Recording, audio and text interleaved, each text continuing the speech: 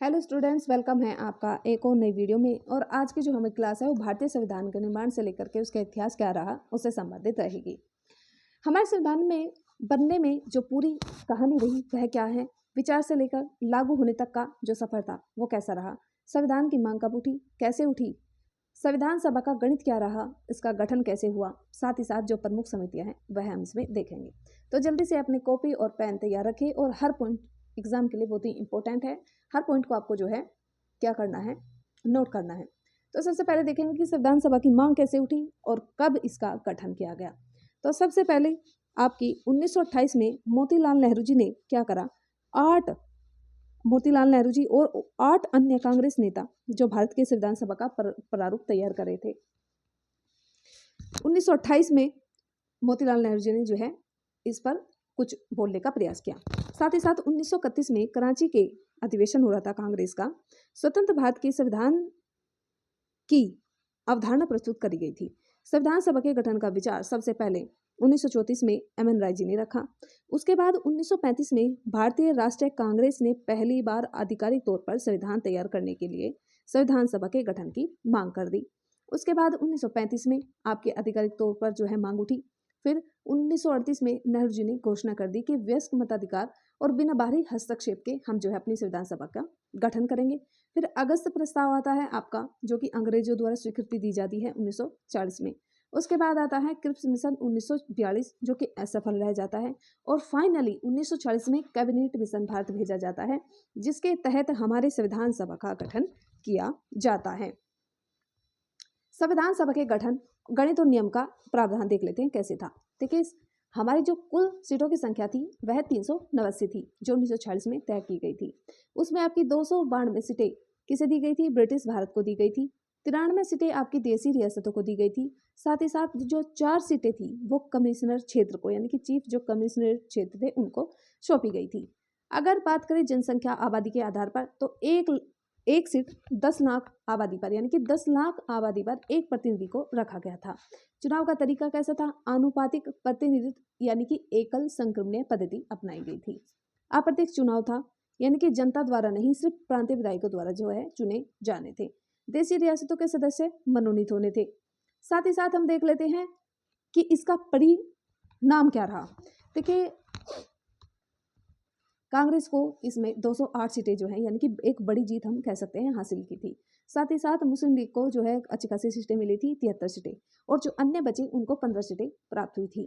अब इसमें बहिष्कार भी किया था किसने, मुस्लिम लीग ने, क्योंकि मुस्लिम लीग क्या चाहती थी, पाकिस्तान का जो है, मतलब भारत और पाकिस्तान को बंटवारा करने के बाद पाकिस्तान नाम का एक अलग क्षेत्र चाहती थी।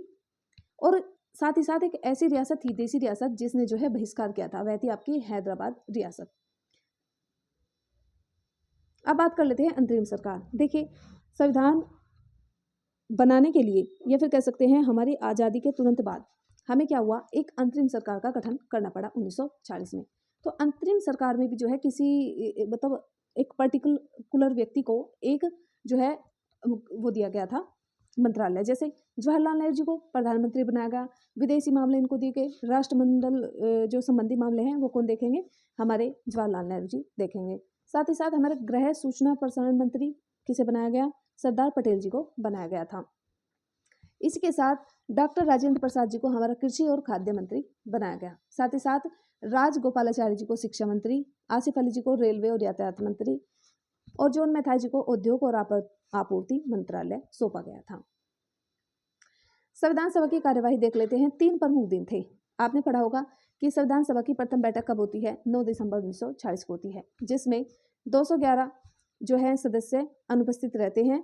और साथ ही साथ इसमें जो है अस्थायी रूप से सदस्य अध्यक्ष बनाए जाते हैं, किसको, सचिदानंद सिन्हा जी को। क्यों, क्योंकि ये सबसे वरिष्ठ, सबसे एज्ड व्यक्ति थे।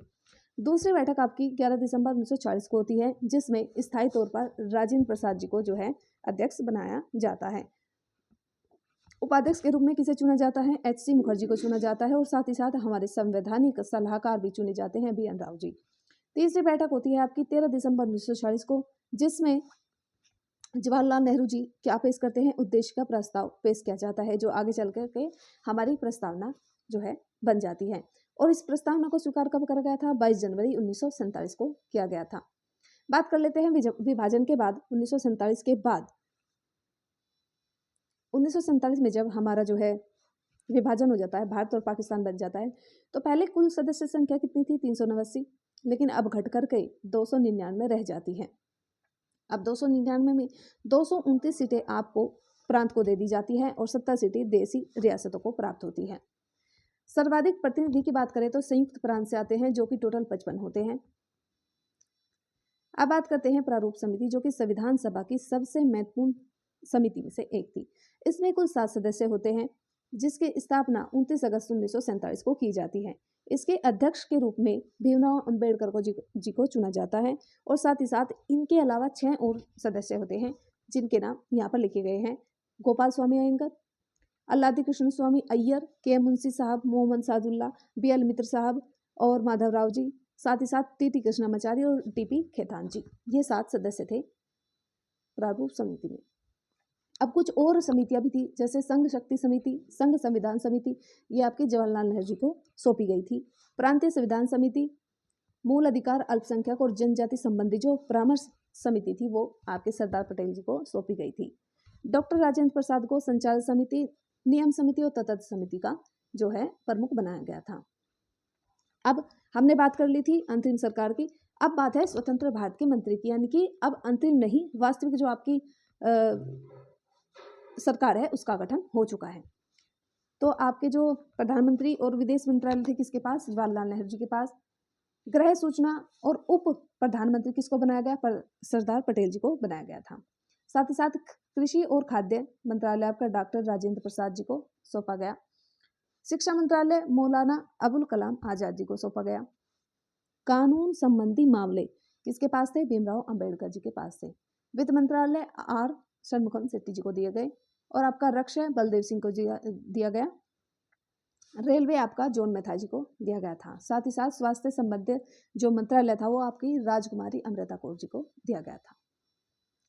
मिशन पूरा होता है और देखिए आपके संविधान को बनने में 2 वर्ष 11 माह 18 दिन का समय लगता है। साथ ही साथ अगर खर्चे की बात कर जाए तो 64 लाख रुपए का उस समय खर्चा आता है। संविधान सभा के कुल सत्रों की संख्या पूछे तो आपसे 11 है। 26 नवंबर 1949 को संविधान स्वीकार कर लिया जाता है और 24 जनवरी 1950 को अंतिम बैठक होती है। 284 सदस्यों के हस्ताक्षर किए जाते हैं संविधान पर।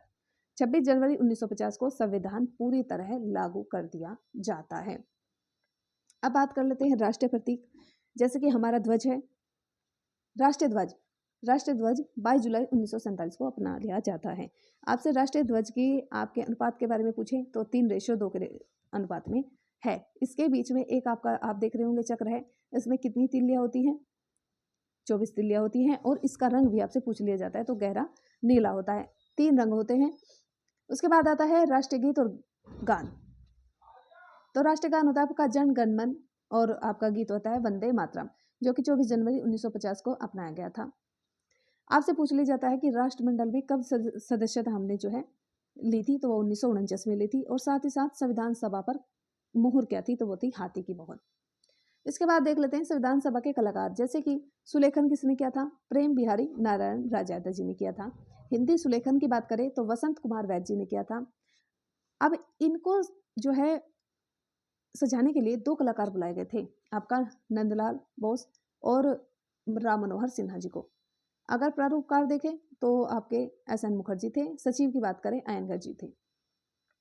अच्छा, क्या आपको पता है उस दिन हमारा संविधान लागू हुआ? हमारे संविधान में 395 अनुच्छेद, 22 भाग और 8 अनुसूचियां शामिल की गई थी और साथ ही साथ 284 सदस्यों के हस्ताक्षर करे गए थे 24 जनवरी 1950 को। अब आपसे एक क्वेश्चन और पूछ लिया जाता है कि संविधान सभा में महिला सदस्य संख्या कितनी थी? तो ये थी 15। तो 26 जनवरी को क्यों चुना जाता है? क्योंकि 1930 में इसी दिन कांग्रेस ने पूर्ण स्वराज दिवस मनाया था। हमारे संविधान में या फिर कह सकते हैं भारत में जो कानूनी व्यवस्था है या फिर कह सकते हैं कि हमारे संविधान का ढांचा कैसा है, तो त्रिस्तरीय सरकार है, यानी कि 3 अंग होते हैं, एक विधायिका, एक कार्यपालिका, एक न्यायपालिका। विधायिका कानून बनाने का कार्य करती है, कार्यपालिका उस कानून को लागू करती है और न्यायपालिका उस कानून से संबंधित निपटारे का समाधान करती है। प्रस्तावना संविधान की राजनीतिक कुंडली है, यह किसने कहा था? KM मुंशी साहब ने कहा था। तो देखिए भारतीय संविधान की धारा अधिनियम 1947 की धारा थी एक 8, उसका एक यानी धारा 8 का उपक्लोज 1 जो है उसके तहत मान्यता दी गई थी और हमारा संविधान विश्व का सबसे बड़ा लिखित संविधान है। तो आज की वीडियो को रखते हैं यहीं तक, कल फिर मिलेंगे एक नई टॉपिक के साथ, तब तक के लिए थैंक यू।